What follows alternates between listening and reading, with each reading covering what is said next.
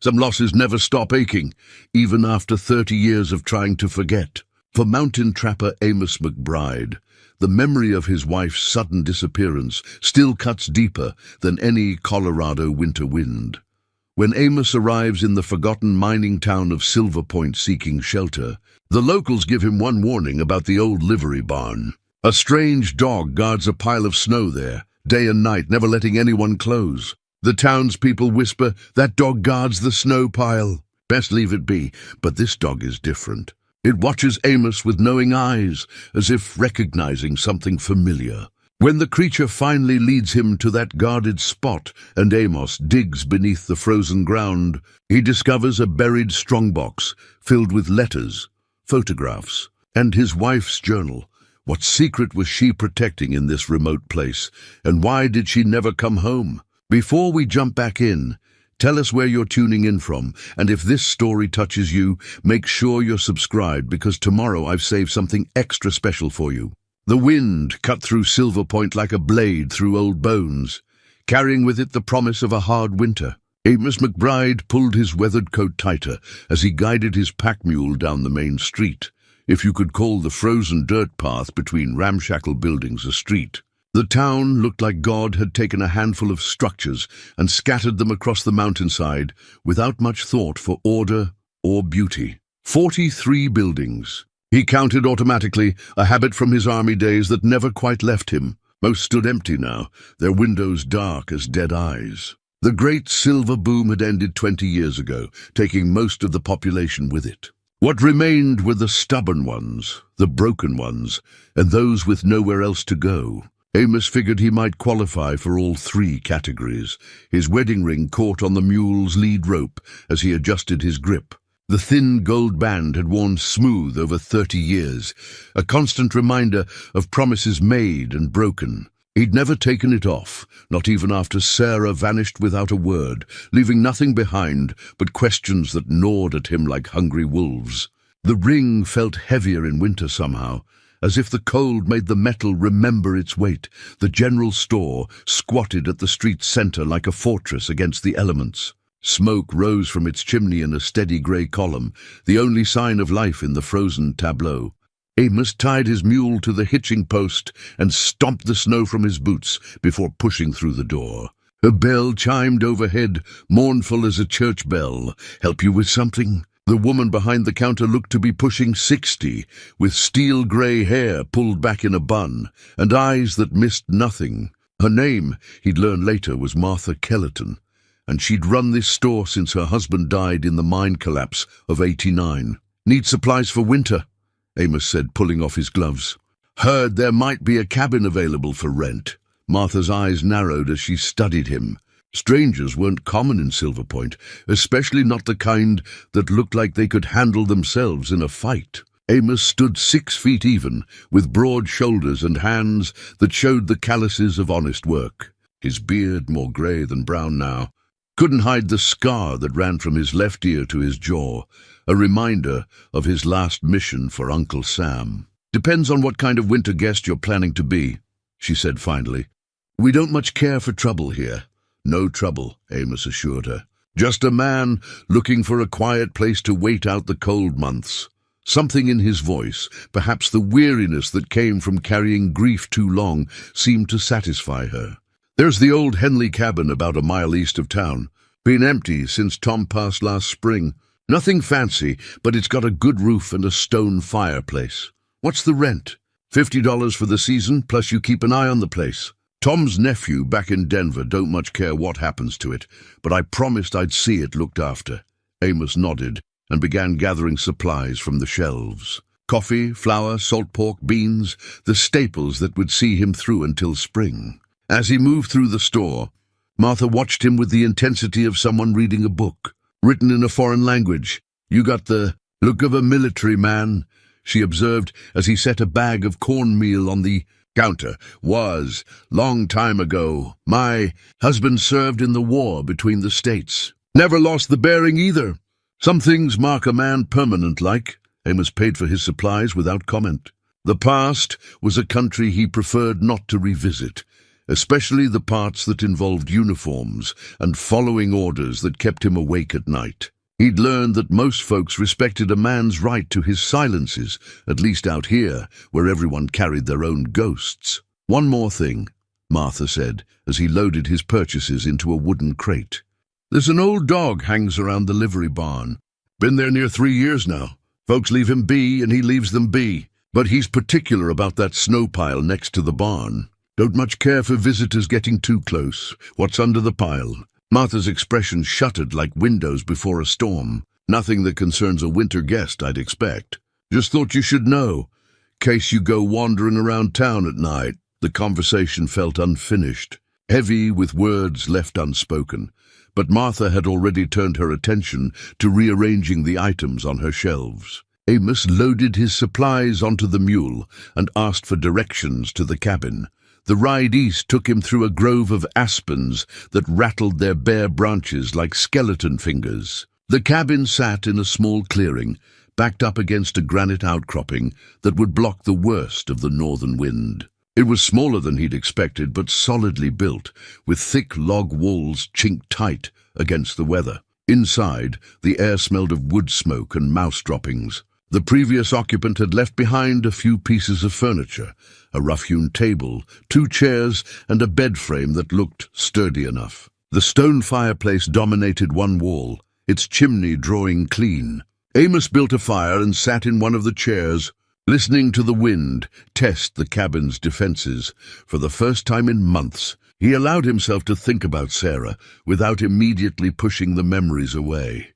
She'd loved winter, had always said the snow made everything clean and new. They'd planned to build a cabin like this one, somewhere far from the noise and hurry of civilization. That was before little Thomas came, before the fever took him, before grief carved a canyon between them that neither could cross. Sarah had left on a Tuesday morning in March. No note, no explanation, just her wedding dress hanging in the closet and her Bible missing from the nightstand. He'd searched for her, spent every penny he had hiring detectives and following false leads. But Sarah had vanished as completely as if the earth had opened and swallowed her whole. The logical part of his mind knew she was probably dead. A woman alone in 1895 faced dangers that could kill her 100 different ways, but his heart had never quite accepted it. Sometimes, in the quiet moments before sleep, he'd imagine her voice calling his name. Sometimes he'd wake reaching for her side of the bed, finding only cold sheets and the stubborn hope that maybe, somehow she'd found her way back to him. The fire crackled, and shadows danced across the cabin walls like memories given form. Outside, the wind moaned through the aspens, carrying the scent of snow and something else, something that made him think of loneliness and long vigils. He'd chosen Silver Point because it was nowhere, because it was the kind of place where a man could disappear if he wanted to. But as he sat in the gathering darkness, Amos found himself thinking about the dog Martha had mentioned, the one that guarded a pile of snow with the devotion of a soldier at his post. Some things, he'd learned, were worth guarding. Some secrets were worth keeping, even if the reasons had been forgotten by everyone except the one doing the watching. Tomorrow, he decided, he'd take a walk through town and see what could inspire such loyalty in a creature that owed nothing to anyone. The fire burned low, and Amos banked the coals before settling onto the bed. Through the single window, he could see stars scattered across the sky like silver coins on black velvet. Somewhere in the distance, a coyote howled, a sound of such pure loneliness that it might have been his own heart given voice. He pulled his blanket up to his chin and closed his eyes, but sleep was slow in coming. The cabin creaked and settled around him, and the wind continued its endless conversation with the trees. And beneath it all, like a bass note played on an instrument he couldn't name, was the feeling that he'd come to the right place for all the wrong reasons. The last thing he heard before sleep finally claimed him was another sound carried on the wind, the distant howl of a dog, mournful and persistent, as if calling to something that could never answer back. 3 days passed before curiosity got the better of caution. Amos had settled into a routine. Morning coffee by the fire, afternoons splitting wood or hunting small game, evenings reading by lamplight. The solitude suited him, but the mystery of the guarded snow pile nagged at him like a splinter under the skin. The dog appeared on his fourth morning in Silver Point, sitting at the edge of the clearing like a visitor waiting for an invitation. It was larger than most farm dogs, with the thick coat and erect ears of a husky mixed with something wilder. Its eyes were pale blue, almost white, and they studied Amos with an intelligence that seemed almost human. "Well, hello there," Amos said softly, setting down his coffee cup. The dog's ears twitched, but it didn't move. "You're the one they told me about, aren't you? The Guardian." He reached slowly into his pocket and pulled out a piece of salt pork left over from breakfast. The dog's nostrils flared, but still it didn't approach. Amos tossed the meat halfway between them and stepped back. After a long moment, the animal padded forward, took the offering, and retreated to its original position. "Smart," Amos murmured. "Don't trust easy, do you? Can't say I blame you." The next morning brought the dog again, this time a few feet closer. Amos repeated the ritual with the salt pork, and again the animal accepted the gift with cautious dignity. By the third morning, the dog was sitting near enough that Amos could see the grey around its muzzle and the old scars that marked its hide. "You've seen some troubles, haven't you, boy?" Amos said, and this time the dog's tail moved once, a single wag like a flag of truce. "We all have, I suppose." On the seventh day, when grey clouds pressed low against the mountains and the air tasted of coming snow, the dog rose from its usual spot and walked directly to Amos. It sat at his feet and looked up at him with those pale eyes, then turned and walked a few steps toward town before stopping and looking back. "You want me to follow you?" Amos asked. The dog's tail wagged twice, deliberate as a signal. "All right then. Lead on." The walk to town took 20 minutes through snow that crunched under their feet like broken glass. The dog moved with purpose, never hurrying but never hesitating, as if it had made this journey many times before. As they approached the main street, Amos could see the old livery barn Martha had mentioned, a weathered structure that leaned slightly to one side. Its red paint faded to the color of dried blood. Beside the barn sat a mound of snow, perhaps 4 feet high and twice as long. It looked natural enough, like snow that had drifted against an obstacle and been shaped by wind and weather. But as they drew closer, Amos could see it was too uniform, too deliberately placed. Someone had built this pile and maintained it, keeping it clear of debris and perfectly shaped. The dog stopped 10 feet from the mound and sat, watching Amos with expectant eyes. When he took a step closer, the animal didn't object. Another step, and another, until he stood directly beside the mysterious pile. "What are you hiding?" he asked, more to himself than to the dog. The animal whined once, soft and low, as if answering a question Amos hadn't known how to ask. He knelt and brushed away the top layer of snow with his gloved hands. Beneath was more snow, but it felt different, packed hard, almost like ice. He dug deeper, and his fingers struck something solid. Wood by the feel of it, smooth and worked by human hands. The dog moved closer now, sitting beside him as he worked. Its breath came in white puffs that mixed with his own, and occasionally it would whine or nudge his arm with its nose, as if encouraging him to continue. It took nearly an hour to clear away enough snow to reveal what lay beneath. A wooden strongbox, about the size of a traveling trunk, its brass fittings green with age. The wood was oak, well made and sealed with what looked like pine pitch. Someone had taken great care to protect whatever lay inside from the elements. Amos's hands trembled as he lifted the box from its snowy grave. It was heavier than he'd expected, and something rattled inside when he moved it. The dog watched intently as he carried the box to a nearby stump and set it down. The latch was stiff with cold and age, but it opened with a metallic click that seemed to echo across the empty street. Amos lifted the lid and felt the world tilt on its axis. Inside, wrapped in oiled cloth, were letters, dozens of them tied with blue ribbon. Beneath the letters lay photographs, their edges brown with age, and at the bottom of the box, a leather-bound journal with a brass clasp, but it was the handwriting on the topmost letter that made his breath catch in his throat. Sarah McBride, written in the careful script he'd watched form 1,000 shopping lists and love notes. His hands shook as he lifted the letter, and the dog pressed against his leg as if offering comfort.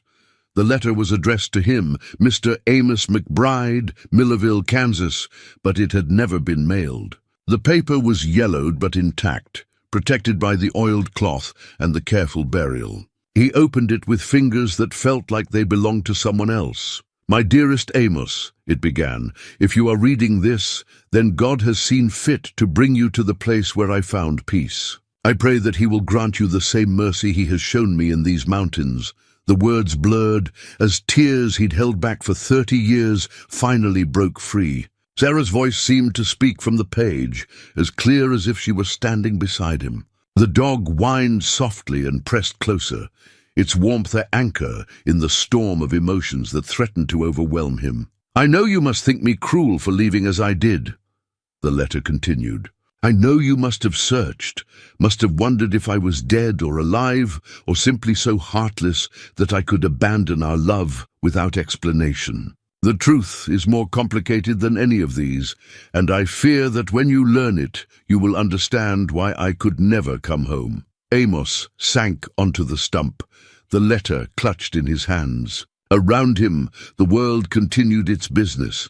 Wind in the trees, the distant sound of a hammer from somewhere in town, the soft panting of the dog at his side. But he felt separated from it all, as if he'd fallen through a hole in time and landed in a place where the dead could speak. He read on, his heart pounding against his ribs like a caged bird. Sarah wrote of traveling west, of finding Silver Point by accident when her stagecoach broke down. She wrote of the kindness of strangers and the slowly dawning realization that she could build a new life in this forgotten place. But she also wrote of guilt, crushing, unbearable guilt that followed her like a shadow. The guilt of a mother who couldn't save her child, of a wife who'd failed to comfort her grieving husband, of a woman who'd run from love because staying would have destroyed them both. "You were so strong after we lost Thomas," she wrote, "so determined to carry on, to be the rock I needed. But I could see how my grief wounded you, how my tears were like salt in your own wounds. I began to believe that I was a curse upon you, that everyone I loved was doomed to suffer for it." Amos closed his eyes, remembering those dark months after the funeral. He'd tried to be strong, tried to hold their marriage together through sheer force of will. But every day had been a battle against despair, and every night had brought dreams of his son's fever-bright eyes and Sarah's silent weeping. The journal lay at the bottom of the box like a sleeping serpent, promising answers to questions he'd carried for 30 years. But as he reached for it, the dog stood and walked a few steps away, then looked back at him with those pale, knowing eyes. The message was clear. Not here, not in the open where anyone might see. This discovery was too precious, too dangerous to expose to curious eyes. Whatever secrets Sarah had buried in this place, they deserved more dignity than a public revelation beside an abandoned barn. Amos carefully rewrapped the letters and photographs, closed the journal without opening it, and placed everything back in the strongbox. The dog watched approvingly as he lifted the box and began the walk back to his cabin, where the fire still burned and the shadows would protect Sarah's words from the judgment of the world. Behind them, the empty depression in the snow looked like a grave recently disturbed. The wind began to fill it with fresh powder, erasing the evidence of their discovery. But the truth, once uncovered, could never be buried again. The strongbox sat on his kitchen table like an accusation, its brass fittings catching the firelight and throwing shadows across the cabin walls. Amos had been staring at it for the better part of an hour, coffee growing cold in his cup, afraid to open it again. The dog, he'd started thinking of it as shadow, lay curled by the fire, occasionally lifting its head to watch him with those unnervingly intelligent eyes. When he finally worked up the courage to lift the lid, His hands moved with the reverence of a man handling sacred relics. The letters came out first, their blue ribbon as faded as a summer sky at twilight. Beneath them lay photographs he'd been too shocked to examine properly, and at the bottom, Sarah's journal waited like a book of prophecy he wasn't sure he wanted to read. The photographs drew his attention first. The top one showed a woman he almost didn't recognize. Sarah, but changed. Her face was thinner, marked by lines that spoke of hard choices and harder winters. She stood before a small wooden building with Silver Point School painted above the door, surrounded by children of various ages. Her smile was different too, gentler somehow. As if sorrow had taught her new ways to find joy, she became a teacher, he thought, studying the careful way she held her shoulders, the protective angle of her arms around the smallest children. Sarah had always been good with youngsters, patient in ways that amazed him. Before Thomas was born, she talked about having a classroom full of children, about shaping young minds and watching them grow. He set the photograph aside and reached for the journal, then stopped. The weight of 30 years pressed down on him like a physical thing. Whatever truths lay within those pages would change everything he thought he knew about his wife, about their marriage, about the woman who'd shared his bed and his dreams, but ignorance was no longer an option. He opened the journal to its first entry. April 15th, 1895. I have arrived in a place called Silver Point, high in the Colorado mountains. The stagecoach broke an axle 20 miles east of here, and the driver says it will be days before another comes through. Perhaps it is God's way of telling me to stop running.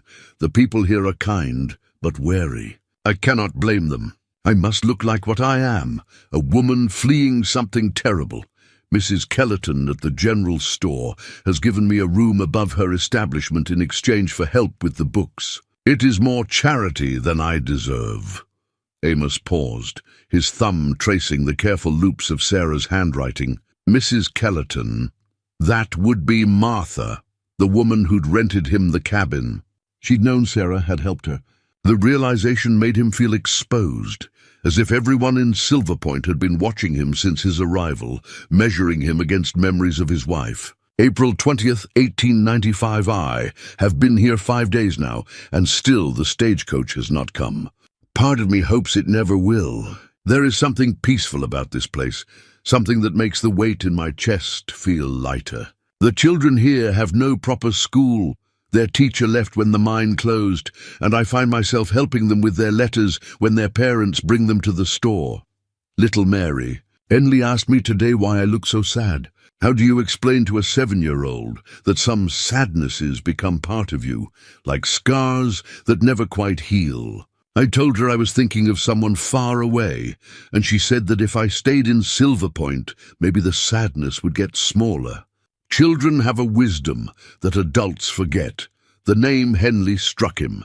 This was the cabin he was renting, the place where Tom Henley had lived until his death last spring. The connections between past and present seemed to multiply with each page. As if fate had been weaving a tapestry, he was only now learning to read. May the 1st, 1895, the stagecoach finally came. But I could not bring myself to board it. Mrs. Kellerton says the position of schoolteacher is mine if I want it. The salary is small, but my needs are smaller. I sent word to the stage company that my ticket should be given to someone more deserving. I wrote a letter to Amos today, but could not bring myself to send it. How do you tell a man that his wife has decided to become someone else? How do you explain that love sometimes means having the courage to let go? Amos closed the journal and walked to the window, staring out at the snow-covered clearing. Shadow padded over and pressed against his leg, offering the silent comfort that animals understood better than most humans. Through the glass, he could see the lights of Silver Point twinkling in the valley below, and he wondered how many secrets lay buried in that small collection of buildings. The photograph of Sarah with the schoolchildren drew his eyes again. In it, she wore a simple dress he didn't recognize, her hair pinned back in a style she'd never worn during their marriage. But it was her expression that haunted him, peaceful in a way he'd never seen her, even in their happiest moments. She found something here, he realized. something she couldn't find with me. The thought should have filled him with anger, but instead he felt only a deep, aching sadness. Their love had been real. He'd never doubted that. But perhaps love alone hadn't been enough to heal the wounds that Thomas's death had carved in both their hearts. He returned to the journal, turning the pages carefully. May 15th, 1895. I have been teaching for 2 weeks now, and I am surprised by how much joy it brings me. The children are eager to learn, hungry for the knowledge that education can provide. When I see their faces light up as they master a new concept, I feel something I had thought lost forever. Hope.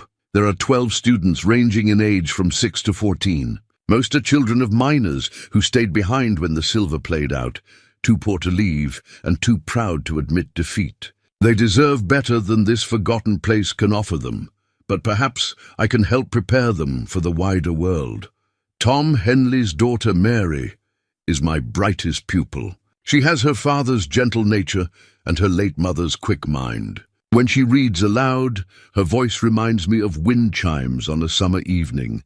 Mary Henley, the same little girl who had asked about Sarah's sadness, was now a woman grown, probably with children of her own. Time had a way of folding in on itself, Amos reflected, connecting moments across decades in ways that seem miraculous or cruel, depending on your perspective. June 3rd, 1895. I dreamed of Thomas again last night. In the dream, he was healthy and laughing, running through a field of wildflowers, while Amos and I watched from the porch of a house I've never seen. When I woke, I felt neither sadness nor guilt, only gratitude for the gift of seeing my son happy, even if only in sleep. Perhaps this is healing, not the forgetting of pain, but the transformation of it into something that can coexist with joy. The children here have taught me that loss does not have to mean the end of love, only its evolution into new forms. Amos set the journal aside and walked back to the fire, where Shadow waited with patient eyes. The dog seemed to understand the weight of revelation, the way truth could be both blessing and burden. Outside, the wind had picked up, rattling the windows and sending snow devils dancing across the clearing. He thought about the man he'd been 30 years ago, younger, more certain of his ability to fix what was broken, to will his way through any obstacle. That man would have raged at Sarah's decision to disappear, would have seen it as betrayal pure and simple. But time had taught him that some wounds cut too deep for simple healing, that sometimes love meant having the wisdom to step back and let the beloved find their own path to peace. Still, questions remained. If Sarah had found happiness in Silver Point, if she'd built a new life among these mountain people, why had she never sent word? Why leave him to wander and search and slowly go mad with not knowing? The answers lay in the journal, he knew, but for tonight he'd learned enough. Some truths were too large to swallow all at once. Morning brought fresh snow and fresh courage. Amos woke to find Shadow sitting by the door, tail wagging with what looked like anticipation. The dog had spent the night curled by the fire, as if it understood that the cabin had become a sacred space where memories were being resurrected. "You want to go back to town, don't you?" Amos asked, pulling on his boots. Shadow's ears perked up, and it padded to the strongbox on the table, looking back at him meaningfully. "All right then, but we're taking this with us. Whatever secrets it holds, they're safer with me than buried in the snow." The walk to Silver Point felt different this time, weighted with purpose. Amos carried the strongbox under one arm, its contents shifting slightly with each step. Shadow trotted beside him, occasionally ranging ahead to investigate interesting scents before returning to his side like a faithful sentinel. In daylight, the town revealed details he'd missed during his first visit. Behind the general store stood a small white building with a bell tower, the schoolhouse where Sarah had taught. The windows were boarded now, but he could imagine them filled with lamplight and the eager faces of children hungry for learning. Martha Kellerton looked up as he entered the store, her eyes immediately finding the strongbox under his arm. Her expression didn't change, but something shifted behind her eyes, recognition perhaps, or resignation. "Found something interesting during your walks?" she asked, her voice carefully neutral. "You could say that." Amos set the box on the counter between them. "I'm guessing you know what this is." Martha's fingers traced the edge of the counter, her gaze fixed on the weathered wood of the strongbox. "Sarah's things. She asked me to help her bury it before she got too sick to manage it herself. Said someone might come looking someday, someone who'd know what to do with it. You knew her well as anyone could know Sarah McBride." Martha's voice carried the weight of old affection and older grief. She was a private woman but kind.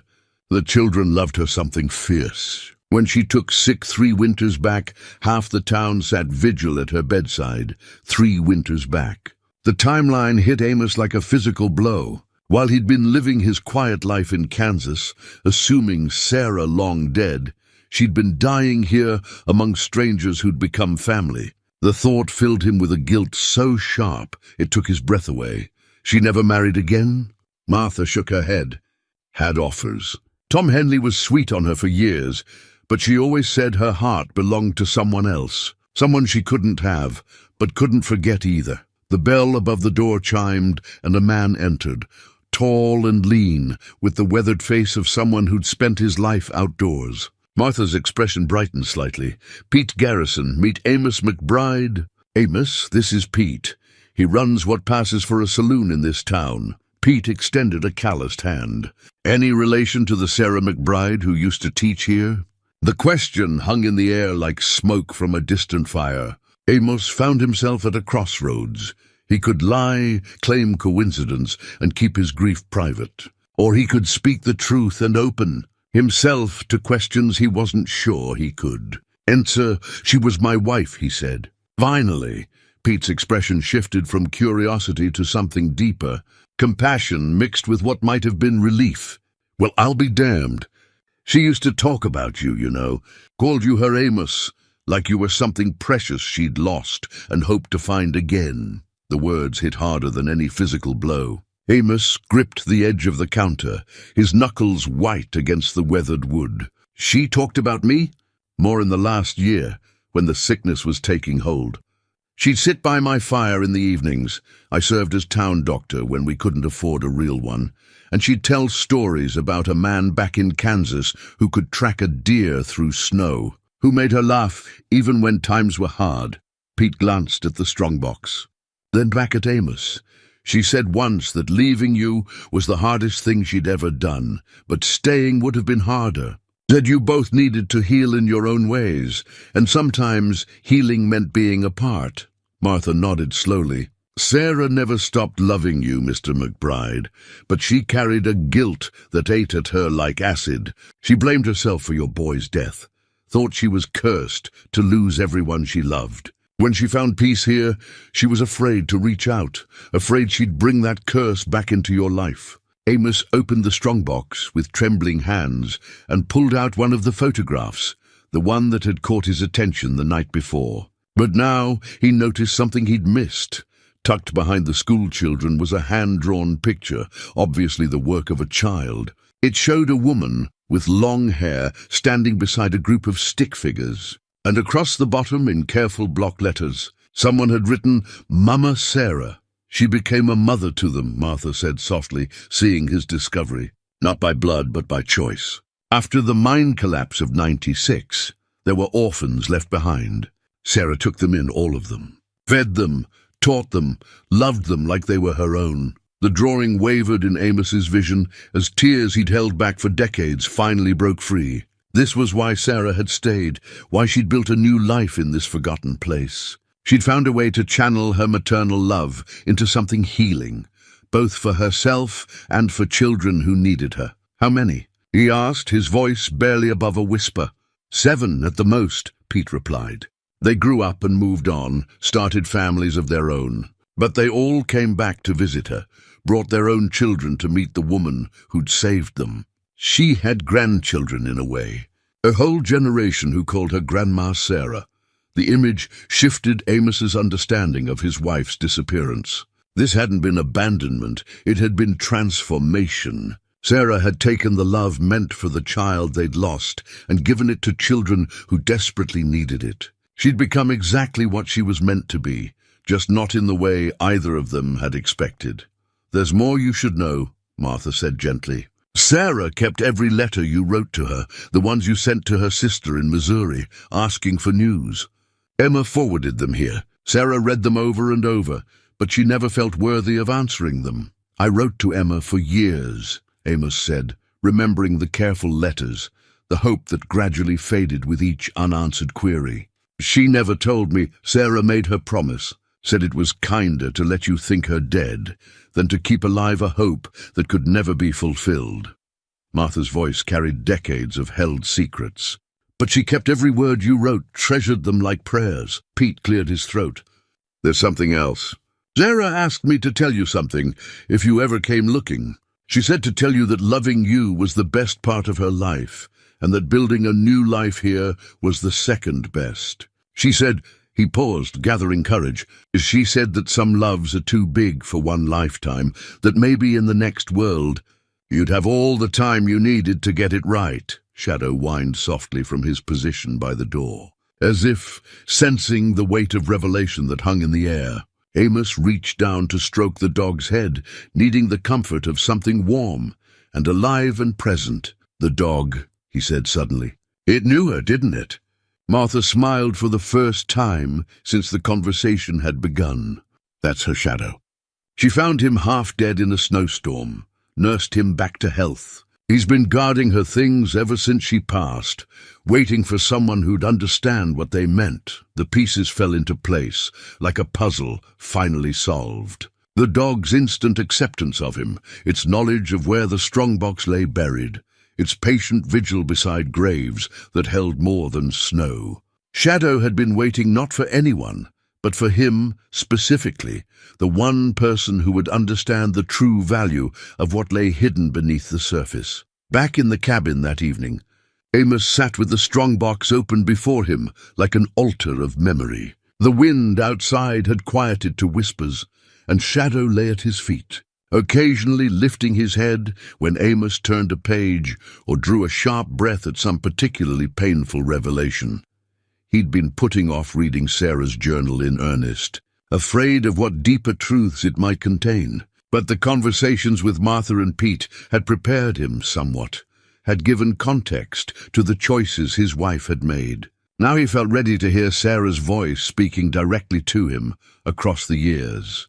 The journal's middle pages held entries from Sarah's second year in Silver Point, when she'd begun to truly make the town her home. Her handwriting had grown more confident, the cramped, careful letters of her early entries giving way to flowing script that spoke of someone finding her natural rhythm. September 12th, 1896. The mine collapse yesterday has changed everything. 17 men dead, including 4 fathers of my students.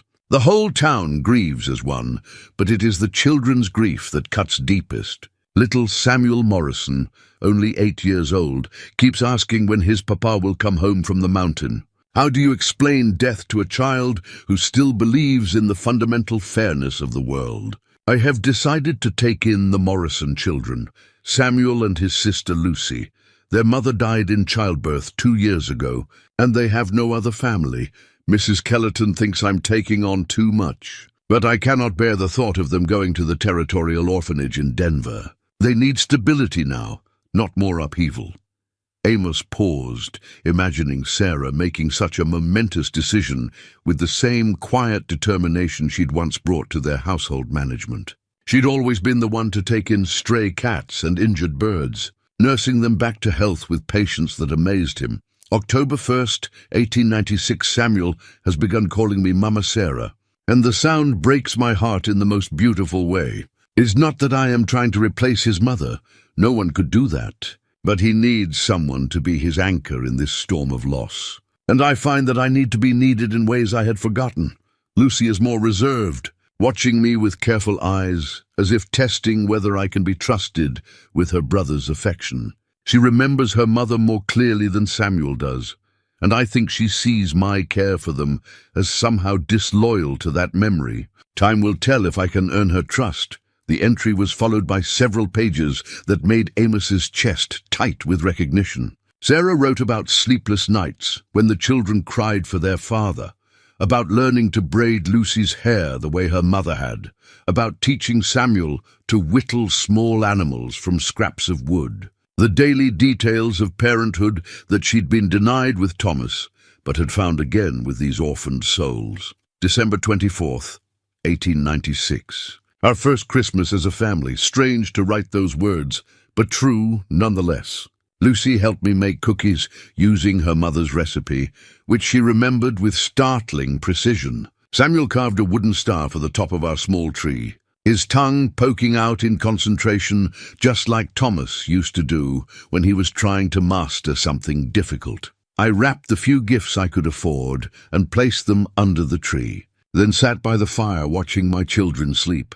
Yes, I think of them as mine now, though I pray their father's spirit understands and forgives my presumption. For the first time since Thomas died, I felt something approaching contentment. Not happiness exactly, but the absence of that crushing weight that used to make it hard to breathe. I wrote a letter to Amos tonight, as I do every Christmas Eve. I tell him about the snow, about the children, about how the mountains look in moonlight.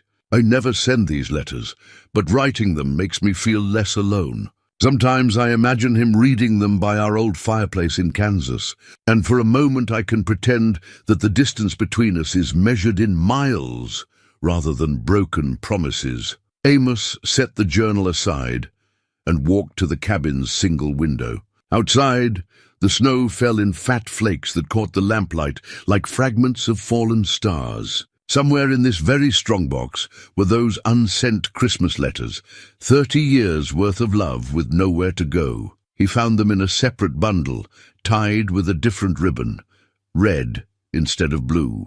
The dates on the envelopes confirmed what he'd suspected: December 24th, 1895, 1896, 1897, continuing unbroken through 1924, the year Sarah had died. 30 Christmas letters, each one addressed to him in her careful script. Each one sealed but never mailed. His hands shook as he opened the first one. My dearest Amos, tonight the snow falls on Silver Point like a blessing, covering the rough edges of this place and making it beautiful.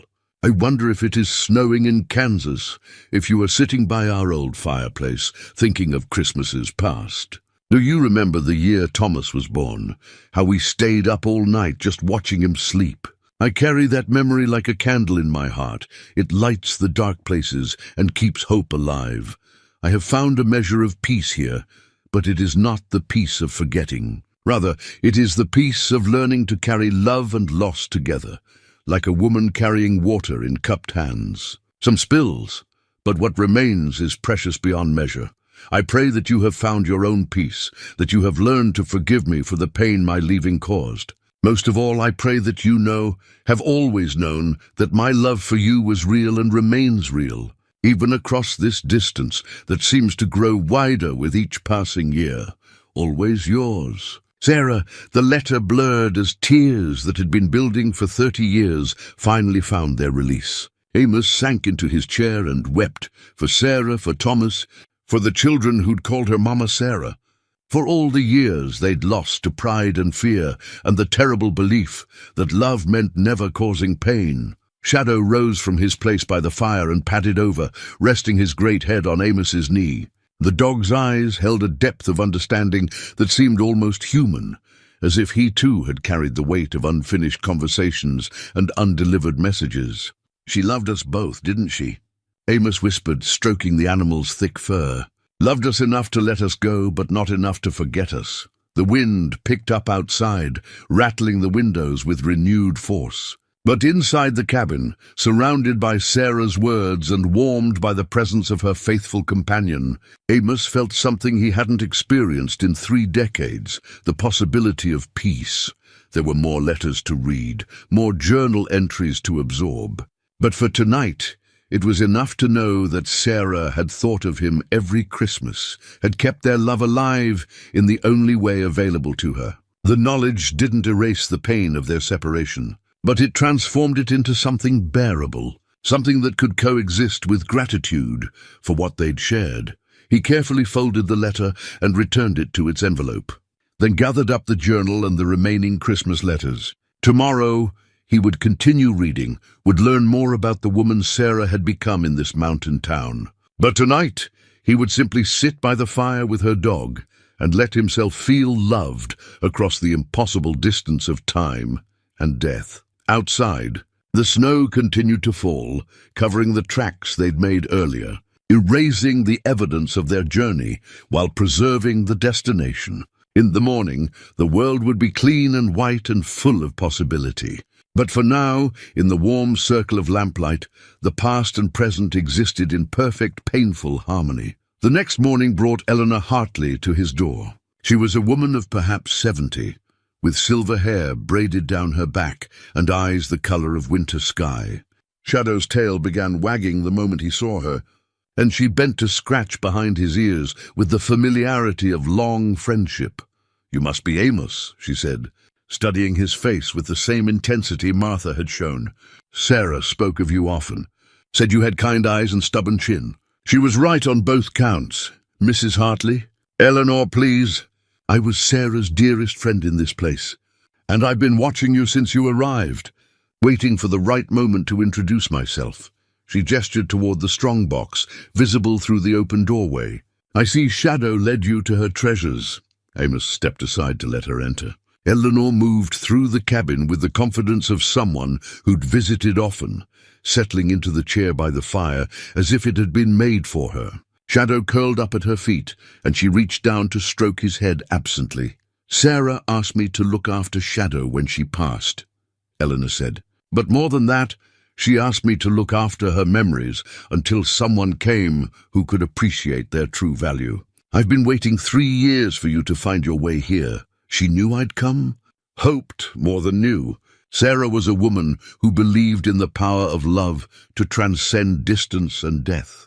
She said love had its own gravity, that eventually it would pull the separated pieces back together." Eleanor's eyes found the bundle of Christmas letters on the table. "She wrote to you every year, you know.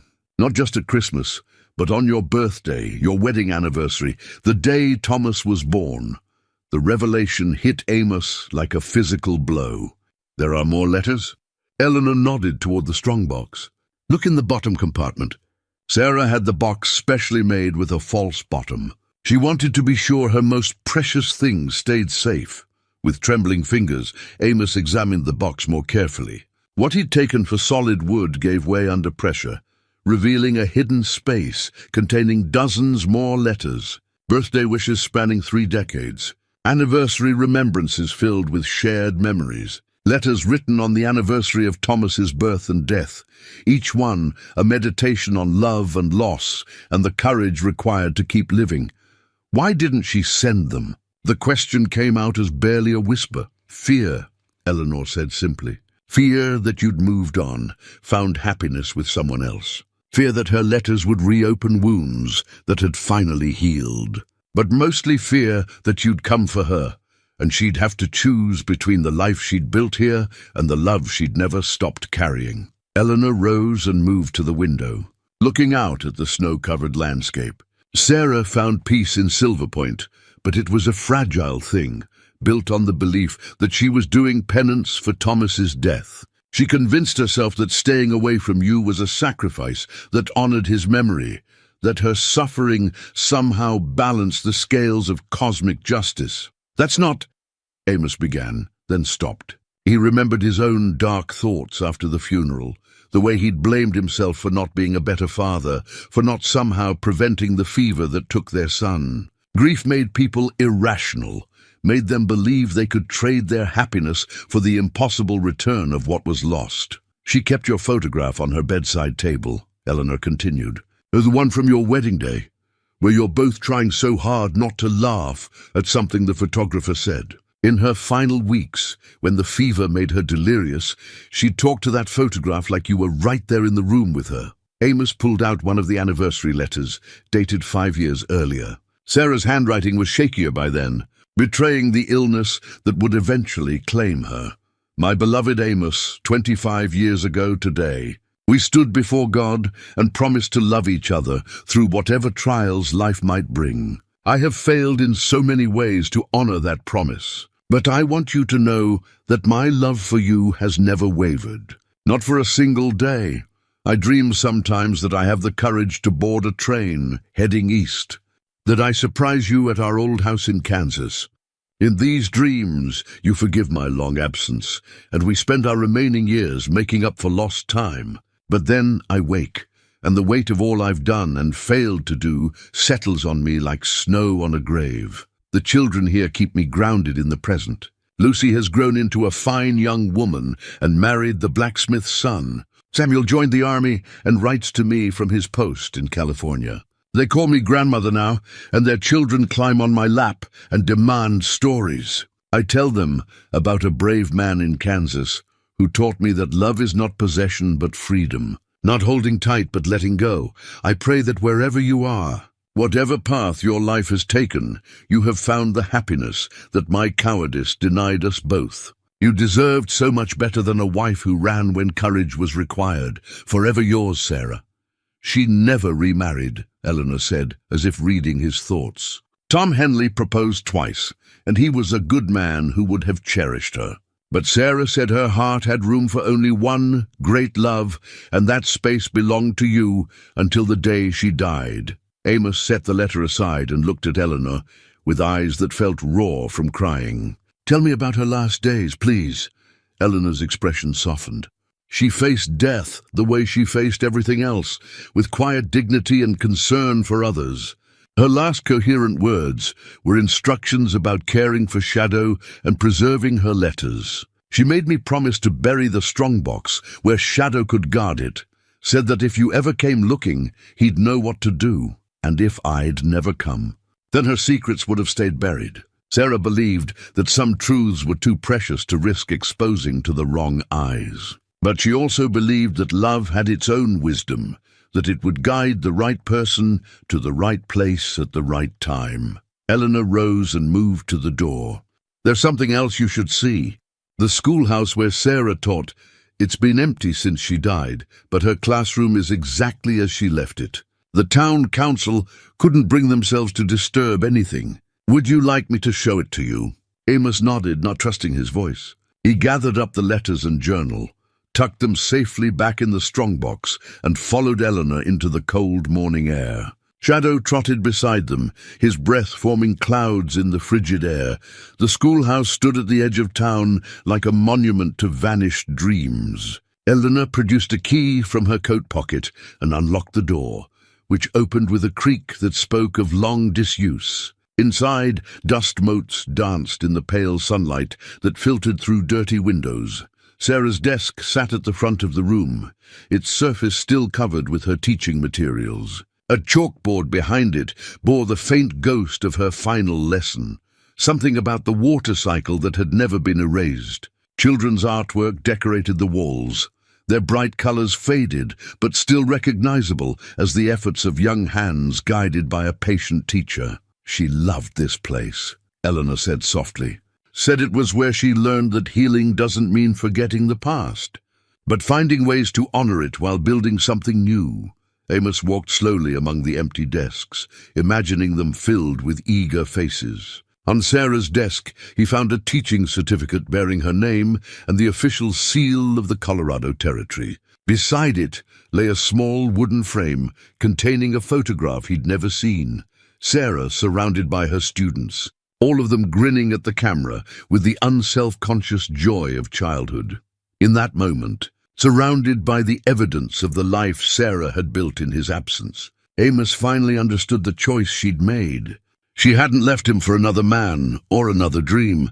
She'd left to become the person their shared grief had prevented her from being, to find a way to transform their loss into something that could nurture and protect others. It wasn't abandonment. It was metamorphosis. That evening, Amos sat alone in the cabin with Sarah's journal open to its final entries. Eleanor had left him with a promise to return the next day, sensing that he needed time to absorb the magnitude of what he'd learned. Shadow lay by the fire, occasionally lifting his head when the wind rattled the windows or when Amos drew a sharp breath at some particularly poignant passage. The journal's later entries showed a different Sarah, one who found peace with her choices but struggled with the approaching reality of death. Her handwriting grew shakier as the months progressed, but her voice remained strong, filled with the wisdom that comes from a life fully lived, despite its compromises. March 15th, 1924, Dr. Garrison says the consumption will likely take me before summer's end. Strange how facing death clarifies what truly matters. I find myself thinking not of regrets, but of gratitudes. Grateful for the children who called me mother, for the students who taught me as much as I taught them, for this mountain town that gave me sanctuary when I needed it most.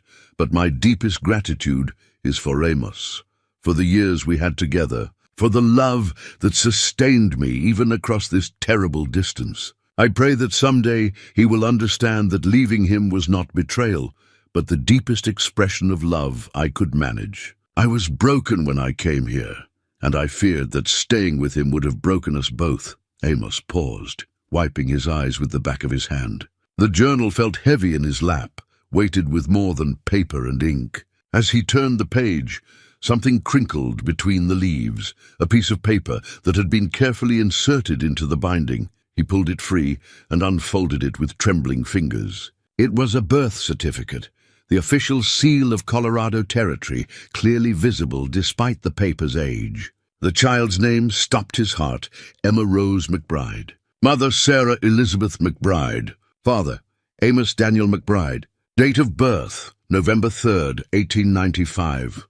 The paper fluttered from his nerveless fingers to the floor. Shadow immediately rose and nosed at it, whining softly as if sensing the magnitude of the revelation. Amos stared at the certificate, his mind reeling with implications that seemed too large to process. Sarah had been pregnant when she left him, pregnant and afraid, carrying his child into an uncertain future rather than risk burdening him with another life that might be lost to illness or accident. The dates aligned perfectly. If Emma had been born in November of 1895, Sarah would have been in the early stages of pregnancy when she disappeared in March. With shaking hands, he picked up the birth certificate and returned to the journal, searching frantically for any mention of this daughter he'd never known existed. The entries from late 1895 had been sparse, and now he understood why. Sarah had been dealing with pregnancy alone, in a strange place, while grieving the loss of their son and the abandonment of their marriage. He found the first reference several pages later. In an entry dated December 1895, Emma arrived this morning, healthy and beautiful and utterly perfect. Mrs. Kellerton assisted with the birth, and her steady presence kept me from drowning in terror. When I held my daughter for the first time, I felt a joy so pure it nearly broke my heart. She has Amos's eyes and his stubborn chin, and when she grasps my finger, I can almost believe that love is stronger than loss. I named her Emma for my grandmother, and Rose for the hope that she represents, the possibility of new life growing from the ashes of old pain. She will never know her father, and the weight of that knowledge sits on my chest like a stone. But perhaps it is better this way. Perhaps she will be spared the curse that seems to follow those I love. The words blurred as Amos struggled to process the reality of a daughter he'd never held. Never known, never had the chance to lose or love or protect. Sarah had carried this secret for the rest of her life, had raised their child alone. While he searched for her across half the country, he turned the pages desperately, looking for more mentions of Emma. They came in scattered fragments, descriptions of first steps and first words, of bedtime stories and scraped knees. Sarah wrote about Emma's quick mind and gentle nature, about the way she cared for the other children Sarah had taken in. June 12, 1897, Emma is walking now, toddling around the cabin with the determination of someone who has important places to go. She follows me everywhere, chattering in the language that only mothers and children understand. When I read to the other children in the evenings, she sits in my lap and turns the pages, already showing the love of books that marked both her parents. I caught her playing with a wooden horse that Tom Henley carved for her, and for a moment I could see Amos so clearly in her movements, in the way she concentrated on making the toy gallop across the floor. The resemblance is so strong sometimes that it takes my breath away. She's her father's daughter in ways that both comfort and torment me. But as Amos read on, a terrible pattern began to emerge. Emma's mentions grew less frequent in the journal, and when they appeared, they carried undertones of worry that made his stomach clench with dread. September 8th, 1898. Emma has been feverish for 3 days now. Dr. Garrison says it's the same consumption that took the Miller boy last winter. I sit by her bedside and read the same stories over and over, hoping that the sound of my voice will anchor her to this world. She's so small, so fragile, and I'm haunted by memories of Thomas in his final days. I have prayed until my knees are raw, have bargained with God in ways that shame me. If this is punishment for my cowardice, then let it fall on me alone. Emma is innocent of her mother's sins. She deserves the chance to grow up, to know love, to make her own choices about what to keep and what to leave behind. The final entry about Emma was dated October 15th, 1898. My daughter went to sleep in my arms this morning and did not wake up. The same fever that took Thomas has claimed Emma, and I'm left to wonder if I am truly cursed to lose every child I dare to love. She was 3 years old enough to laugh and run and fill a room with sunlight, young enough to still believe in magic and happy endings. I buried her in the small cemetery behind the church. Next to the other children this place has lost. Tom Henley carved a beautiful headstone with angels and flowers, and the whole town came to pay their respects. They all loved her. How could they not? She was joy made manifest, love given form. I will not write of this again. The pain is too great, and there are other children here who need me to be strong. But I want these words to exist somewhere, so that if Amos ever finds this record, he will know that we had a daughter, and that she was beautiful, and that she knew she was loved, even if she never knew her father's name. Amos set the journal aside and walked to the window, staring out at the snow-covered landscape without seeing it.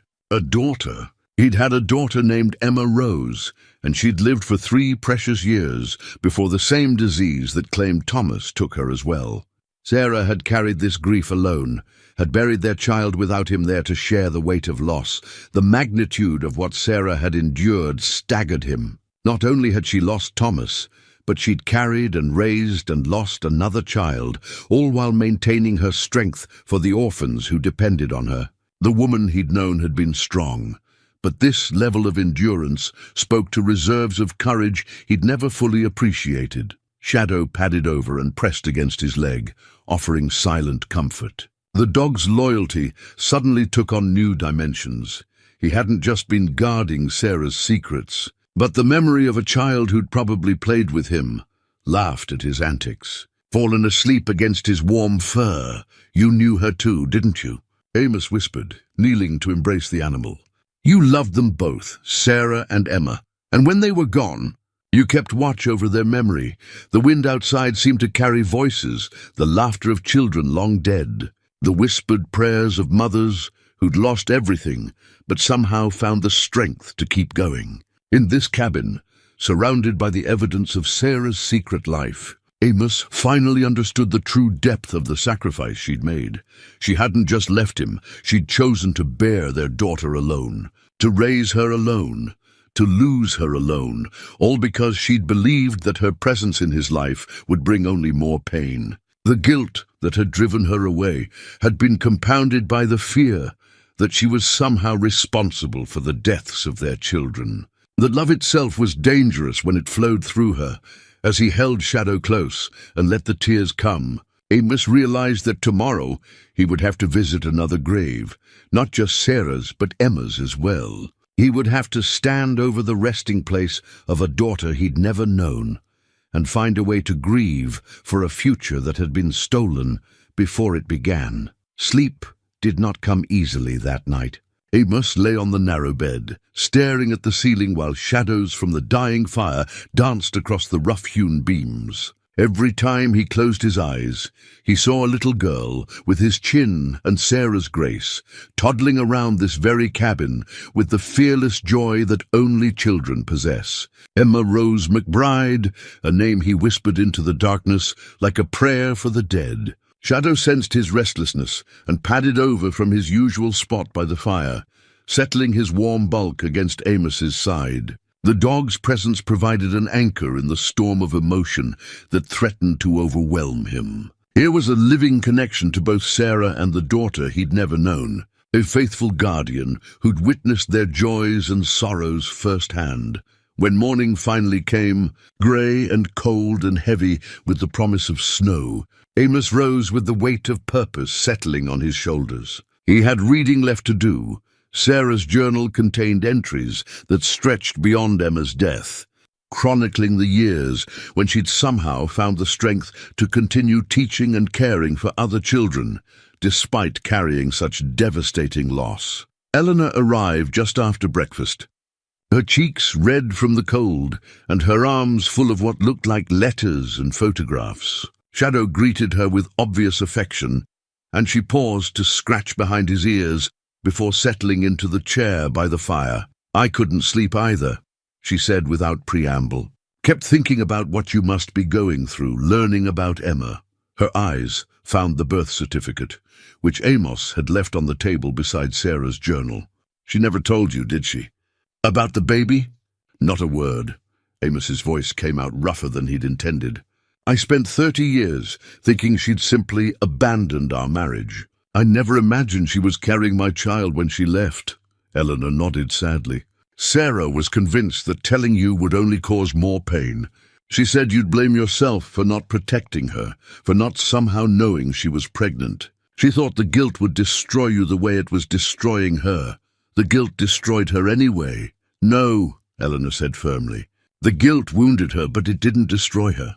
Emma gave her 3 years of joy that helped heal the worst of those wounds. And the children she cared for afterward, they completed the healing. Sarah found a way to transform her losses into love for others. That's not destruction, that's redemption." She opened the bundle she'd brought and spread its contents on the table. More photographs, these showing Sarah with various children over the years. In some she held babies, in others she stood surrounded by school-age children with books in their hands and wonder in their eyes. But in all of them, despite the lines that grief had carved around her eyes, Sarah looked genuinely happy. "These were in her desk at the schoolhouse," Eleanor explained. "I thought you should see how she lived, not just how she died." Amos picked up a photograph dated 1910, showing Sarah with a group of teenagers at what looked like a graduation ceremony. She wore a dark dress with a small brooch at her throat, the same brooch he'd given her for their first wedding anniversary. Even after all those years, she'd kept something of their life together. "Tell me about her final months," he said. "I need to understand what she was thinking, what she was hoping for." Eleanor's expression grew distant, as if she were looking back through the years to that painful time. The consumption came on slowly at first. Sarah tried to hide it, kept teaching even when she could barely stand at the blackboard.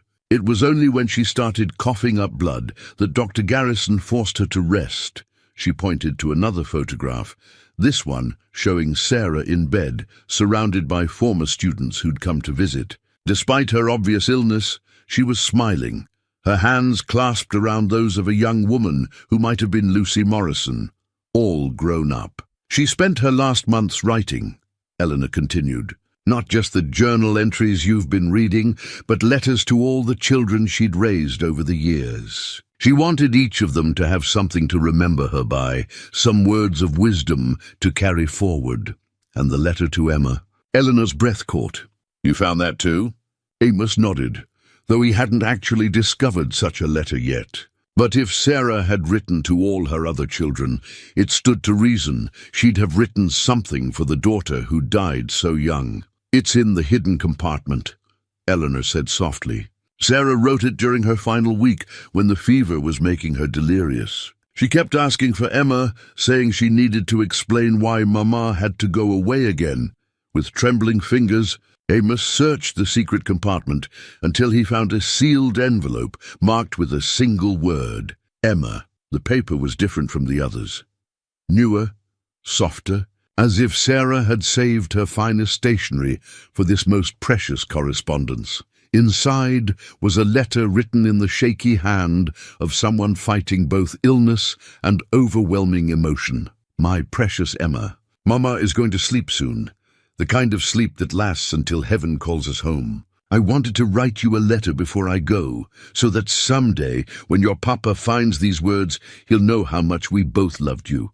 You were the light of my days, little star. Even when you were fussing or getting into mischief, you made every moment brighter just by being in it. When you laughed, the whole world seemed to laugh with you. When you cried, my heart broke and mended itself a dozen times over. I'm sorry I couldn't protect you from the sickness that took you. I'm sorry you never got to meet your papa, who would have loved you more than all the stars in the sky. He has kind eyes and strong hands, and he would have carried you on his shoulders and taught you to track deer through the snow. I want you to know that losing you didn't make me love you less. It made me love you more, in all the ways that mothers love children who grow up in their hearts instead of in their arms. Every child I've taught, every orphan I've held, has been loved with some part of the love I couldn't give to you. Watch over your papa when he reads this. He's going to hurt the way I hurt when you left us, and he'll need someone to remind him that love doesn't end with death. It just changes shape. Help him understand that some goodbyes are not abandonment, but transformation. Give Thomas my love when you see him.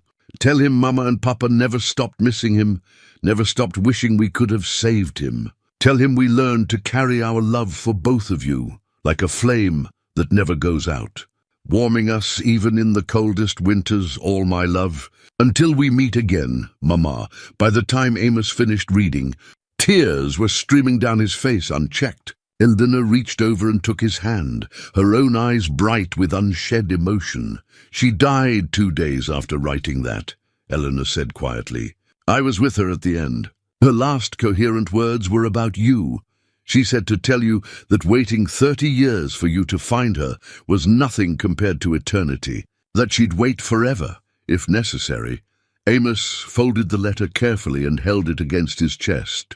Through the cabin's single window, he could see the cemetery where Sarah and Emma lay buried, their graves marked by simple stone crosses that spoke of lives lived quietly but with profound impact. I need to see them, he said.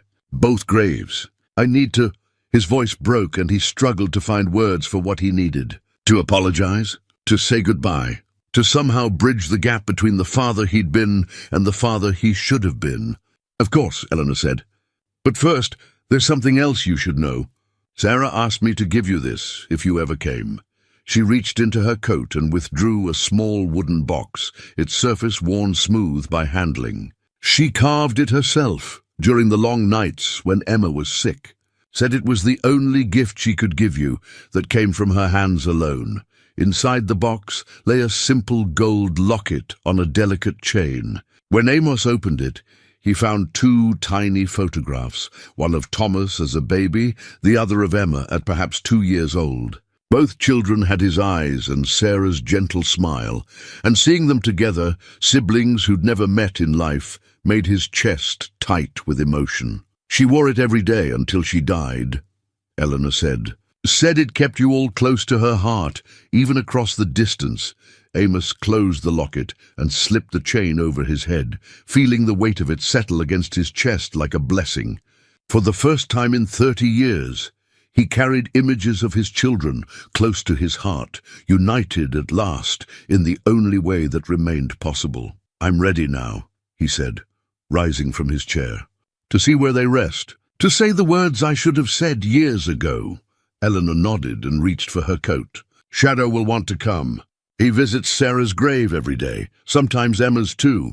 I think he's been waiting for you to join him, to help him understand that watching over the dead is something we do together. As they prepared to leave the cabin, Amos took one last look around the space that had become a sanctuary for Sarah's memories. The journal lay open on the table, its pages filled with the careful record of a life lived with courage despite crushing loss. The photographs showed the faces of children who'd called her mother, students who'd looked to her for guidance, a community that had embraced her as family. This was Sarah's true legacy, not the woman who'd fled in terror and guilt, but the one who'd transformed her pain into purpose, her loss into love for others. She'd become the mother she was meant to be, just not in the way either of them had expected. Now it was time to visit the place where that journey had ended, where Sarah and Emma waited beneath the mountain snow for the reunion that only death could provide. The cemetery lay behind the small white church at the edge of town, its simple wooden crosses and weathered headstones standing like sentinels against the mountain backdrop. Snow covered everything in a blanket of pristine white, broken only by the dark paths that Shadow had worn with his daily visits. The dog led them through the gates with the confidence of someone who knew exactly where he was going. Sarah's grave was easy to find. Shadow went directly to it, sitting beside a plain granite headstone that bore her name and dates in simple, unadorned letters. But what made Amos's breath catch was the smaller cross beside it, carved from what looked like aspenwood and bearing a single name, Emma Rose. "They're together," he whispered, the words forming clouds in the frigid air. "Sarah asked to be buried next to her," Eleanor said quietly. "Said she'd spent too many years separated from her children. She didn't want to spend eternity that way too." Amos knelt in the snow between the two graves, his weathered hands coming to rest on the cold earth that covered his family. The headstones were simple, almost austere, but someone had been caring for this plot with obvious devotion. The snow had been cleared from the inscriptions, and fresh evergreen boughs lay across both graves like green blankets. "Who's been tending them?" "Shadow, mostly. He brings things, sticks, pretty stones, sometimes flowers in summer. But the whole town helps. Sarah touched so many lives here that keeping her grave neat feels like the least we can do." Shadow settled beside Amos, his warm presence a comfort in the bitter cold. The dog's eyes held a depth of understanding that seemed almost human, as if he recognized the significance of this moment. The first time in 30 years that husband, wife and daughter had been in the same place. Even if death had made the reunion possible, Amos pulled off his gloves and reached into his coat pocket, withdrawing the locket Eleanor had given him. The metal was warm from his body heat, and when he opened it, the tiny photographs of Thomas and Emma seemed to glow in the pale winter sunlight. "I brought Thomas," he said to Sarah's headstone, his voice breaking slightly. "I thought you'd want to see him again, want them to be together somehow."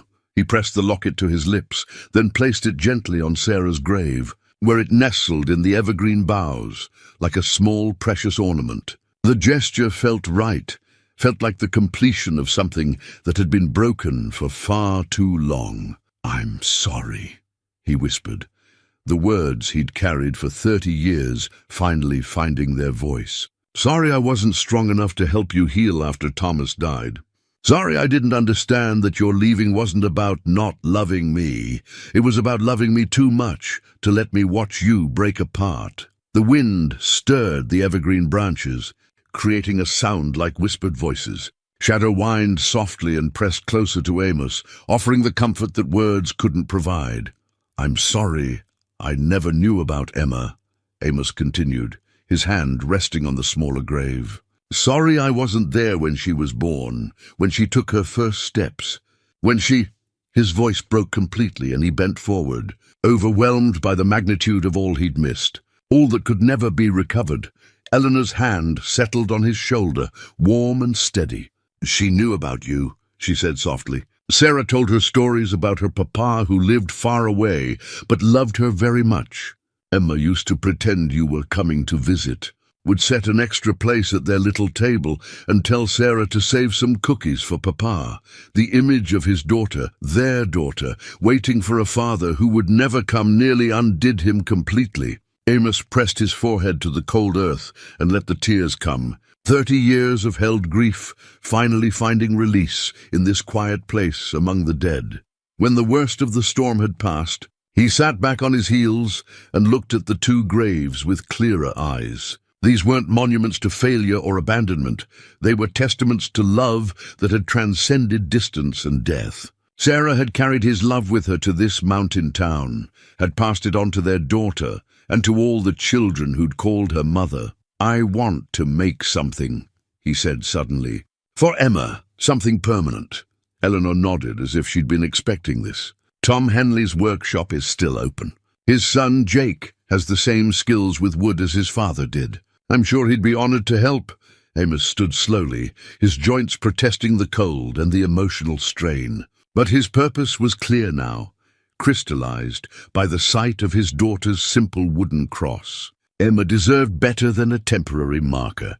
She deserved something that would last, something that spoke of a father's love finally finding its expression. "I'll carve it myself," he said, his voice steady for the first time in days. "I may not have been able to give her anything in life, but I can give her this." A proper headstone made by her father's hands. Shadow stood as well, tail wagging slightly as if approving of the decision. The dog had been guardian of these graves for 3 years, keeping watch over Sarah and Emma with the devotion that only pure love could inspire.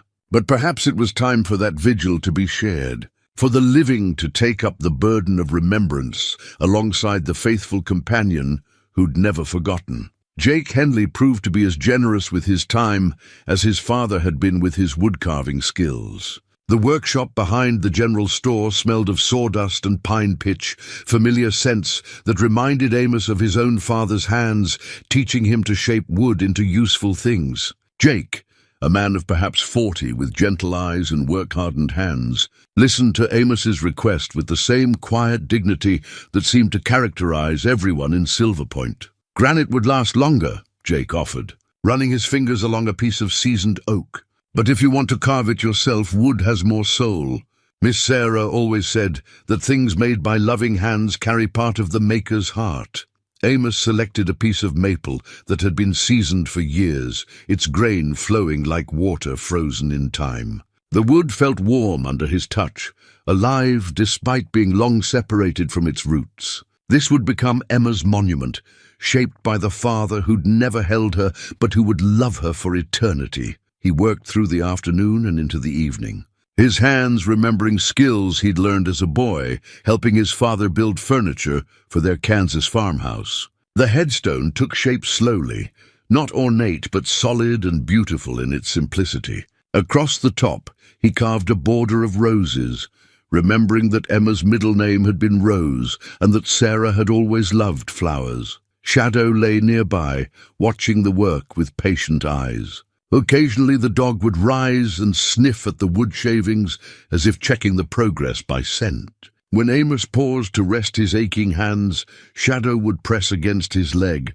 offering wordless encouragement. "You understand what this means, don't you?" Amos said, scratching behind the dog's ears. "This is me finally being a father to her, the only way I can." The inscription took the longest. Amos carved each letter with painstaking care, stopping frequently to ensure the words were straight and deep enough to last through decades of mountain weather. When he finished, the headstone read, "Emma Rose McBride, beloved daughter, November 3rd, 1895, October 15th, 1898, safe in father's arms at last below the dates." He added a small carving of 2 hands clasped together, one large, one small, representing the bond between father and daughter that death had prevented but love had finally made real.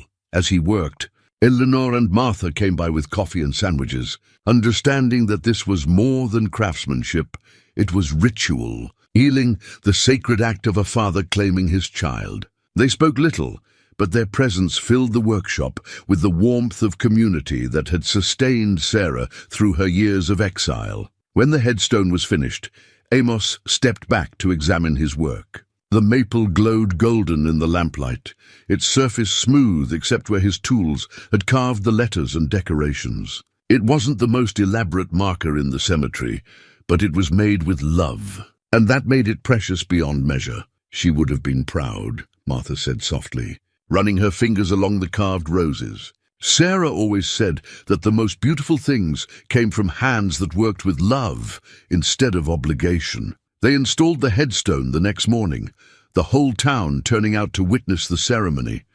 Pete Garrison said a few words about love that transcends death, about fathers and daughters united by bonds stronger than time. The children who had been Sarah's last students sang a hymn their teacher had loved, their young voices carrying across the snow-covered cemetery like a blessing. When the headstone was in place, Amos knelt once more between the graves of his wife and daughter. But this time, instead of overwhelming grief, he felt something approaching peace. The terrible questions that had haunted him for 30 years finally had answers. The love he'd carried all these years finally had a destination. "I need to tell you both something," he said, his voice steady and sure. "I forgive you, Sarah, for leaving, for keeping Emma a secret, for thinking that protecting me from loss was more important than sharing love. I understand now that you did what you thought was best, that your choices came from love, not abandonment." He placed his hand on Emma's new headstone, feeling the smooth wood that his own tools had shaped. "And Emma, sweetheart, I need you to forgive me too, for not being there, for not knowing you existed, for missing every day of your short life. I'll never stop regretting those lost years, but I promise you this, I'll carry your memory with the same love your mama did. And I'll honor both of you with whatever years I have left." Shadow settled beside him. The dog's warm presence a reminder that love takes many forms, that loyalty and devotion can bridge even the gap between species. Together, they sat in the growing dusk, watching snow begin to fall like blessings on the graves of the women who had shaped both their lives. For the first time in 30 years, Amos McBride felt complete.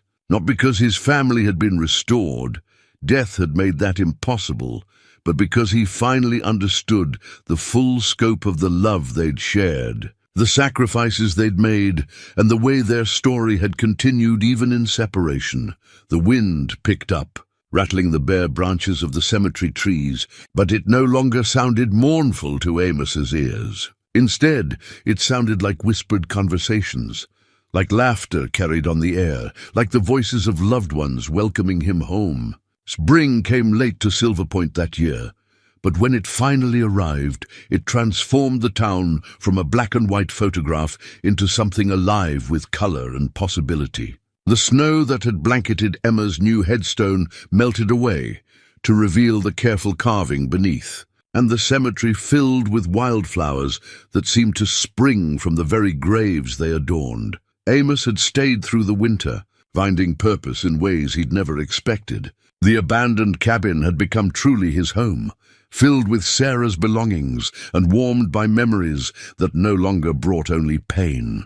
Shadow had become his constant companion, the two of them sharing an understanding born of mutual loss and the comfort of living presence. But it was the children who had truly saved him.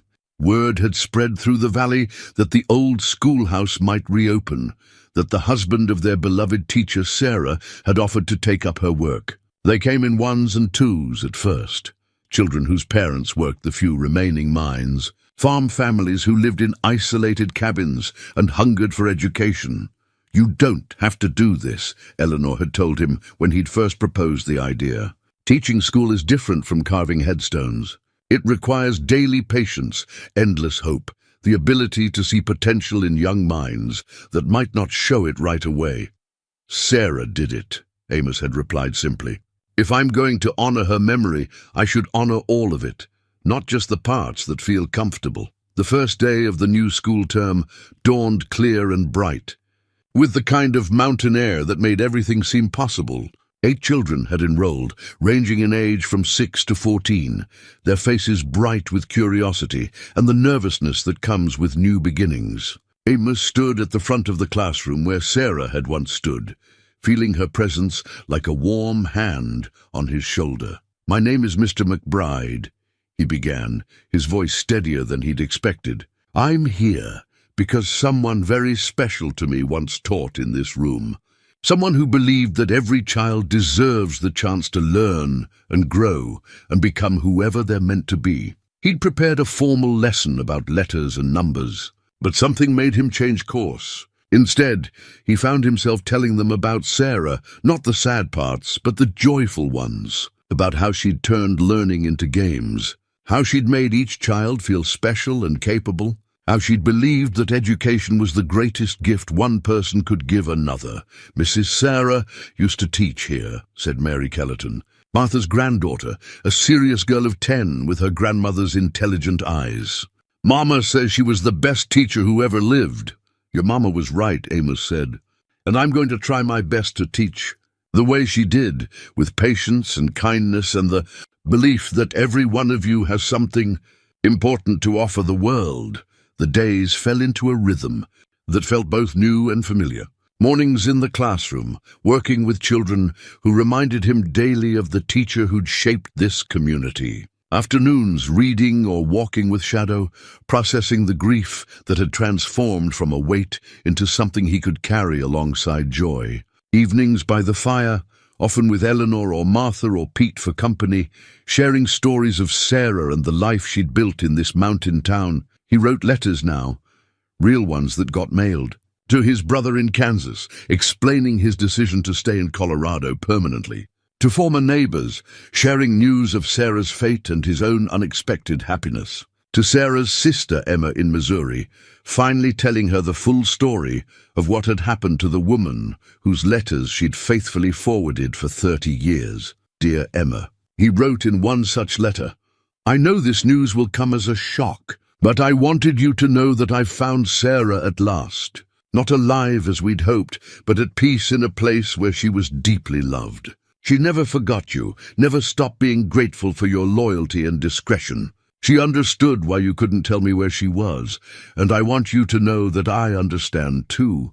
I'm staying in Silver Point, continuing the work Sarah started here.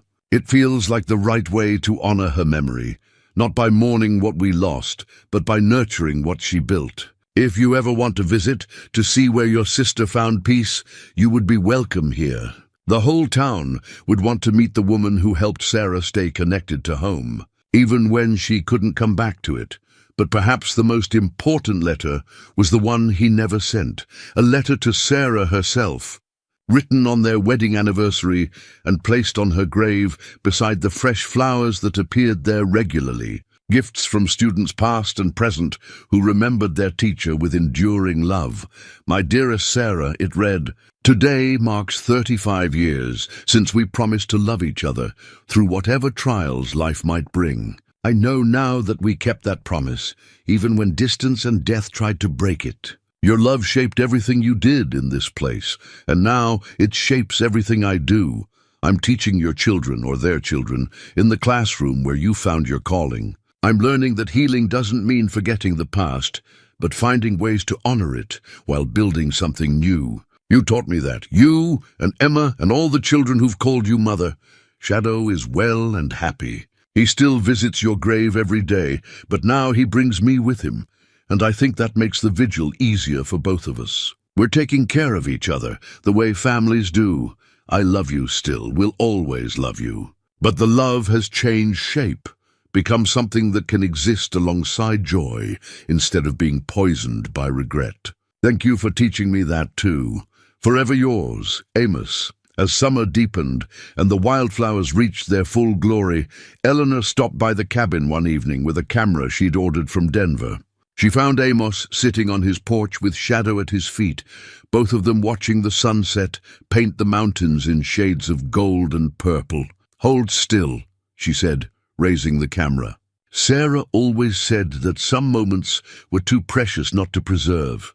The photograph she took that evening would become one of Amos's most treasured possessions, an image of a man and dog at peace, surrounded by the beauty of a place that had given them both a second chance at family. When it was developed, Eleanor had copies made for the whole town, each one inscribed with the same words, New Beginnings in Silver Point. Summer 1925, but Amos knew the real inscription should have been different. It should have read, Love never truly ends. It just finds new ways to express itself, new lives to touch, new hopes to nurture. That was Sarah's legacy, and now it was his as well. In the mountains of Colorado, where the snow guarded secrets and love transcended death, a family had finally found its way home.